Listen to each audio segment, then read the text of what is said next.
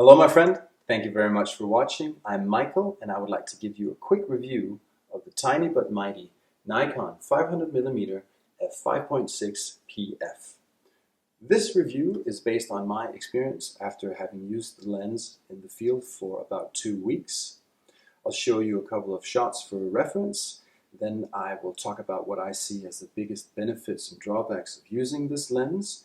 I'll compare it to a couple of popular lenses, and then I will round off by talking about how I expect to use this lens going forward, because I am definitely going to keep it, and overall I am very impressed with its performance and the image quality it delivers.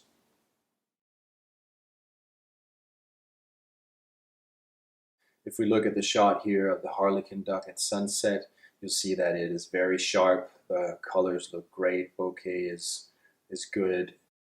Same thing here with the shot of the Anna's hummingbird. It's nice and sharp. The colors are nice. Overall, I'm very happy with the image quality.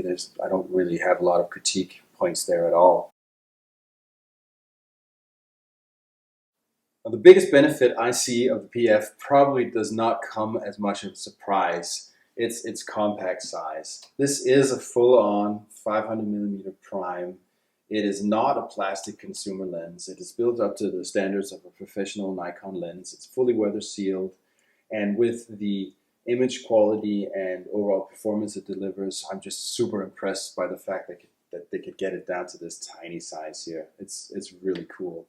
And just to put that into perspective, let's have a look at what it looks like next to the 500mm f4.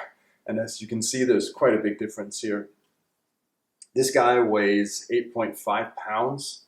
The PF weighs 3.2 pounds. So again, a massive difference there. I absolutely love my f4 500mm prime, but it is big and it is heavy and bulky, and there are situations where it is just not very practical to bring. And in those cases, the PF really shines. Another thing is, from having handheld the f4 a lot, I've started to develop some problems with my elbow, some tennis elbow that kind of flares up once in a while. And in those periods, it's important for me to have something that's just gentler on my body.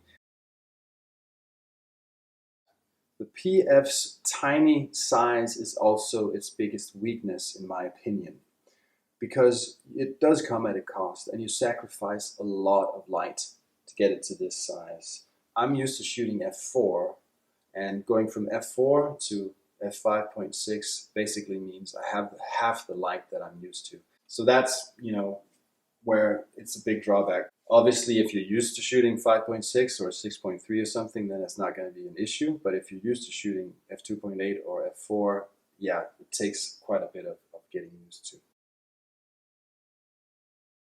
Overall, compared to the f4, after having used the PF for 2 weeks, I can say confidently that it is not going to substitute the f4. The f4 is superior in basically every way, except for the fact that it's so big.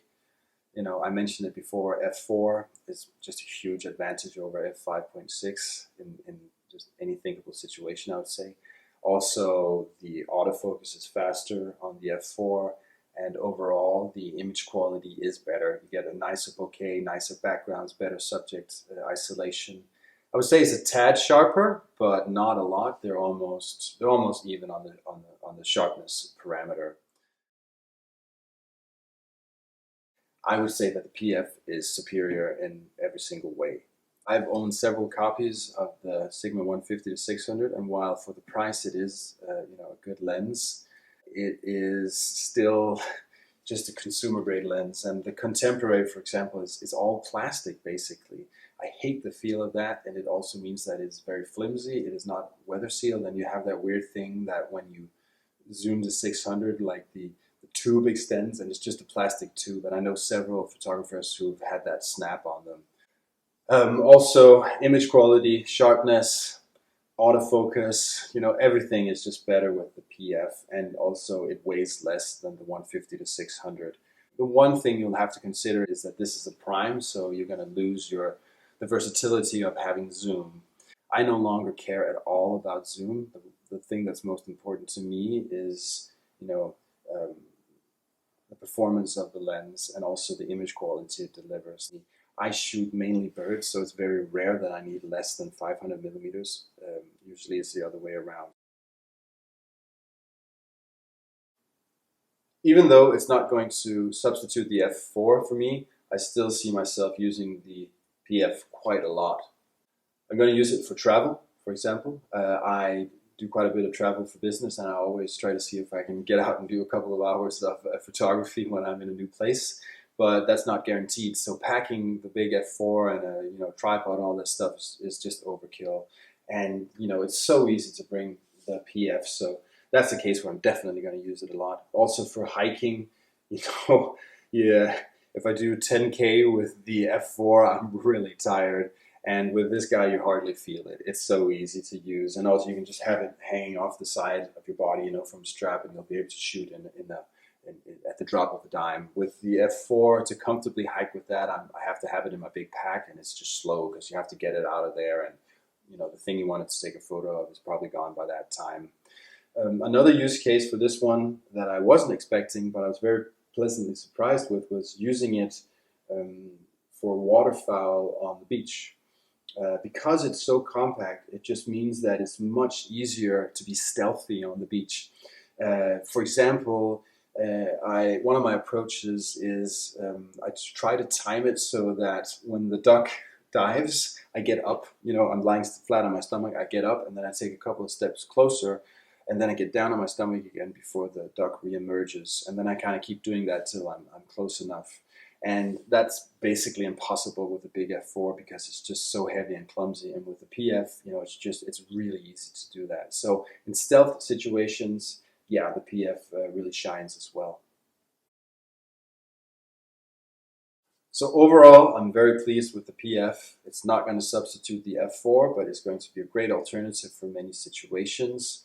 I'm very impressed with the image quality and the performance of the lens. It's very, very fun and easy to use, and I definitely recommend it.